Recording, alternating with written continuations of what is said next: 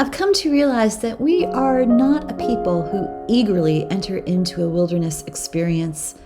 If anything, we fight tooth and nail to avoid the challenges, the hardships, the struggles, the conflicts. We try our best to avoid the isolation, which means that we will have to come face to face with who we really are and what we really believe. But Lent is a time in which we are invited to enter into this difficult place and to remember that no matter how hard it gets, just as Jesus was tended to by angels at the end of his 40 days in the wilderness, we too are surrounded by angels to tend to us and help us back up and care for us.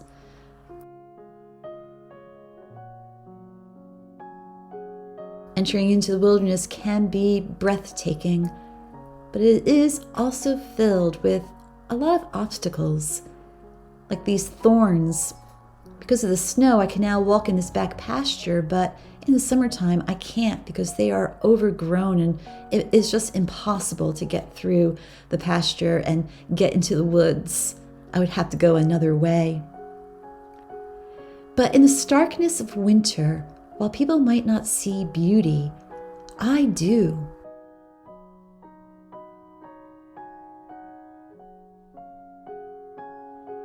When everything is stripped away and the trees are bare, to me it's a revealing of the soul. It's a moment of truth-telling. I see the old trees, the trees that have fallen, the trees that are gnarly and that have so many stories I'm sure they can tell. I see that even without their beautiful autumn leaves or the green leaves of summer, they are still standing tall, whispering a message to me that what might seem dead really isn't, that there is life still to come. And isn't that what the season of Lent is inviting us to hold on to believe? Maya Angelou wrote a poem called When Great Trees Fall, and she likens the great trees falling to that of great souls that die. At the end, she says, "Our senses restored, never to be the same, whisper to us, they existed, they existed. We can be and be better, for they existed."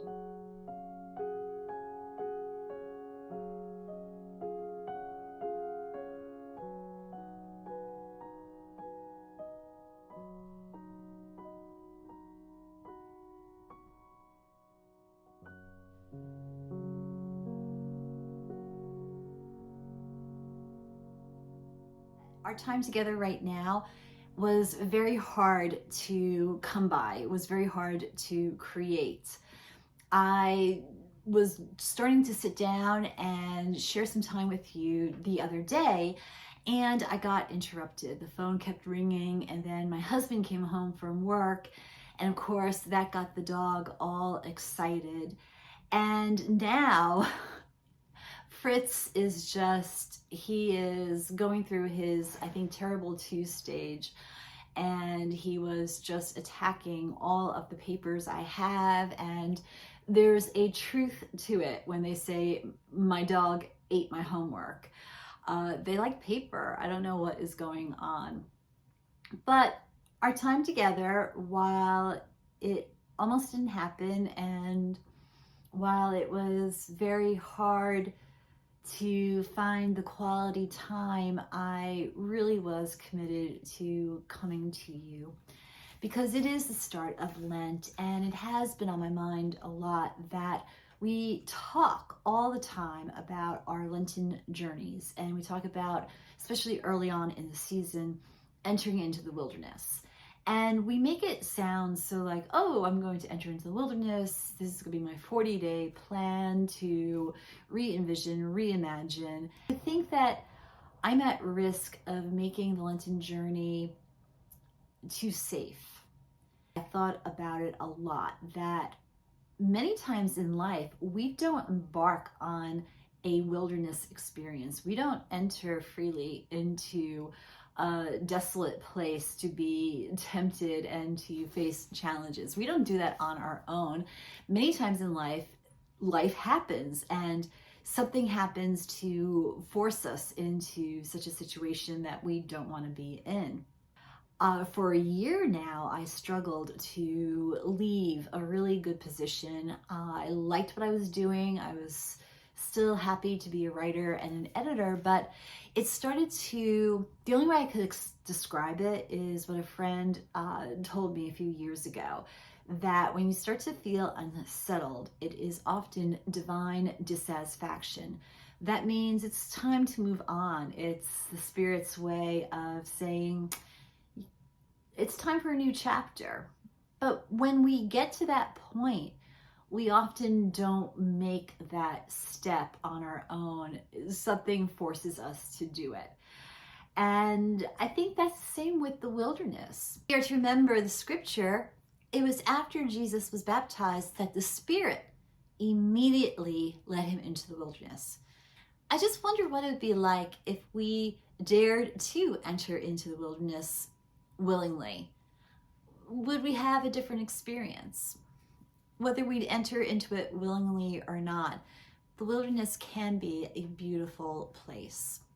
Now, with everything going on, and I had a real struggle trying to find the quality time to be with all of you, just because the lack of quiet time in the house, and my schedule is changing. So just a heads up, these videos will continue. If you enjoy them, please subscribe and share with others. But with everything going on in life, the schedule is going to be a little bit different. So so if you subscribe, you will always get a notification of when a new video is ready to air.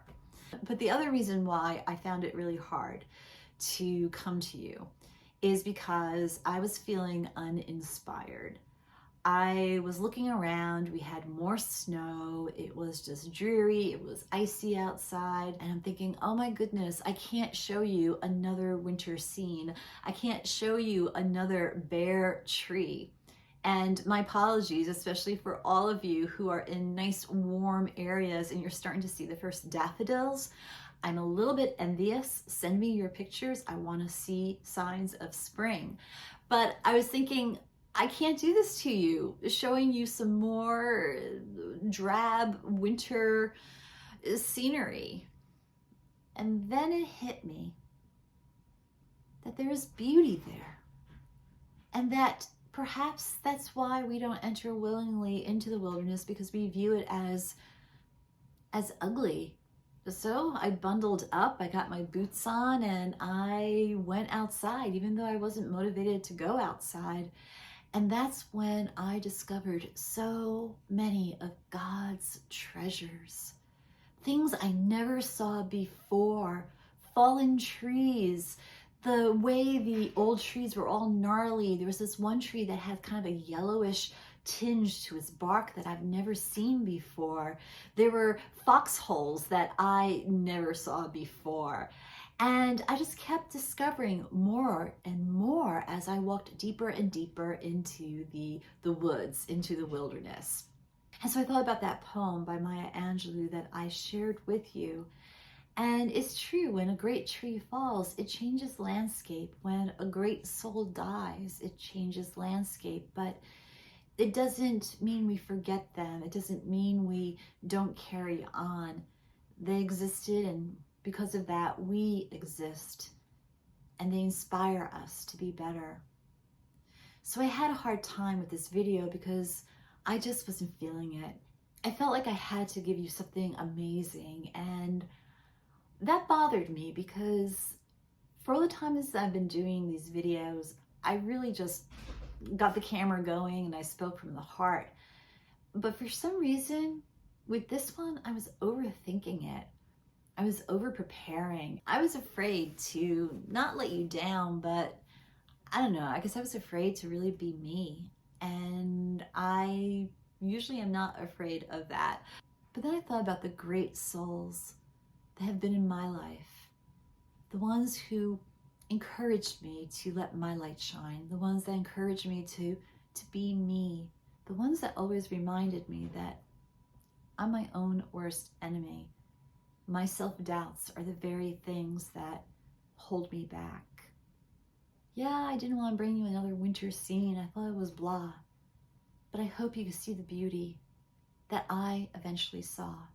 After I spent some time in the woods, I also thought about Parker Palmer, who once wrote about the power of being in the woods, about the power of willingly going into the wilderness. When we sit quietly in the woods and wait for the shy soul to show up, it is in such a space that we are freed to hear our own truth. And this is the part I really wanted to share with you. It's in the woods where we learn how to take the steps that we need in order to really change. Are you willing to face truths that might be hard? Are you willing to face the truths, to face the quiet, to learn how to take those risky steps in order to change?